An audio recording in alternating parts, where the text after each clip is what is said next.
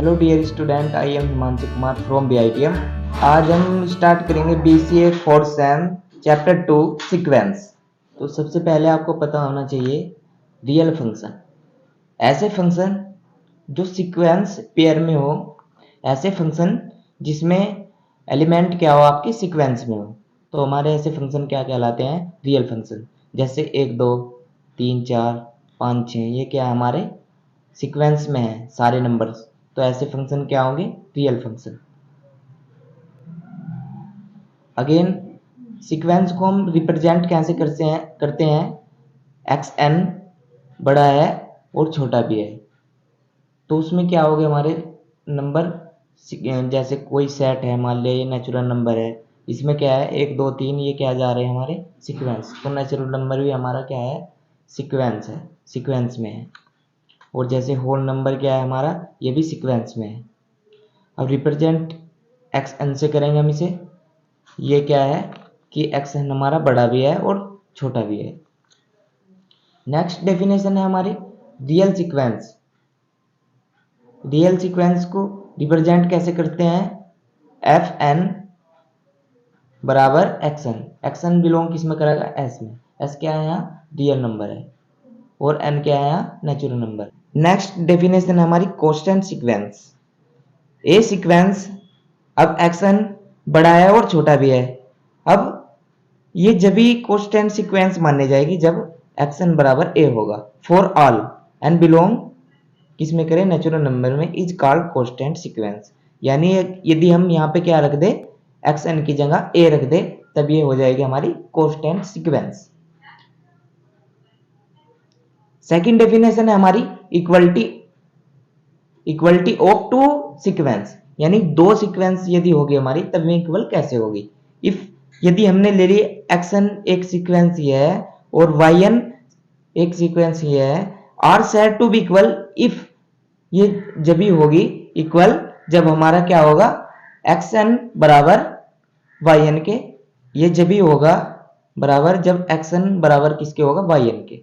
Next definition हमारी है bounded sequence. Bounded sequence, इसमें पहली डेफिनेशन है हमारी bounded below sequence, bounded above sequence, और सी डेफिनेशन है हमारी बाउंडेड सीक्वेंस। तो सबसे पहले हम पढ़ते हैं बाउंडेड बिलो सीक्वेंस। तो ऐसा सीक्वेंस जो बड़ा भी हो और छोटा भी हो, is said to be bounded below कब होगा? जब हमारा एक्स एन बड़ा होगा किसी नंबर से, किसी रियल नंबर से। m1 क्या है यहाँ पे? कोई रियल नंबर है। सेकंड डेफिनेशन है हमारी bounded above sequence. A sequence अब बड़ा भी होगा छोटा भी होगा, is said to be bounded if, यदि क्या होगा? एक्सन छोटा होगा किसी रियल नंबर से, किसी रियल नंबर से छोटा होगा, तब हम मान लेंगे कि ये बाउंडेड अबव सीक्वेंस है। नेक्स्ट बाउंडेड सीक्वेंस कब होगी? जब हमारा एक्शन होगा किसी रियल नंबर से, यानी मान लिया ये कंडीशन हो कि 0 से बड़ा है एक्शन और 1 से छोटा है एक्शन, तब मानने जाएगा कि हाँ भाई ये बाउंडेड बाउंडेड सीक्वेंस है। नेक्स्ट डेफिनेशन है हमारी अनबाउंडेड सीक्वेंस। ऐसी सीक्वेंस जो अनबाउंडेड हो, जैसे कि एक्शन, ऐसे सीक्वेंस जिसमें हमारी प्लस की भी वैल्यू और माइनस की भी वैल्यू हो, वो सीक्वेंस कैसी कहलाएगी? Unbounded sequence. जैसे फॉर एग्जांपल, जैसे आप ये देख सकते हो 2 की पावर n माइनस 1। अब ये माइनस की भी वैल्यू यहाँ से आएगी और प्लस की वैल्यू आएगी, तब ऐसे सीक्वेंस को क्या कहेंगे? Unbounded sequence. नेक्स्ट डेफिनेशन है हमारी, मोस्ट इंपोर्टेंट डेफिनेशन है हमारी, ये है कन्वर्जेंट सीक्वेंस।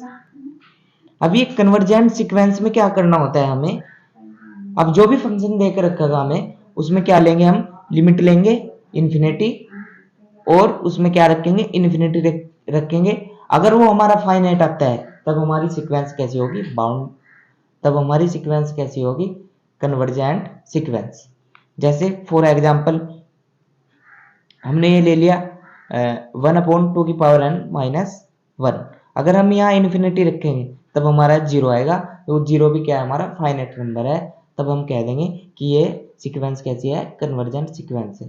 नेक्स्ट डेफिनेशन है हमारी डाइवर्जेंट सीक्वेंस।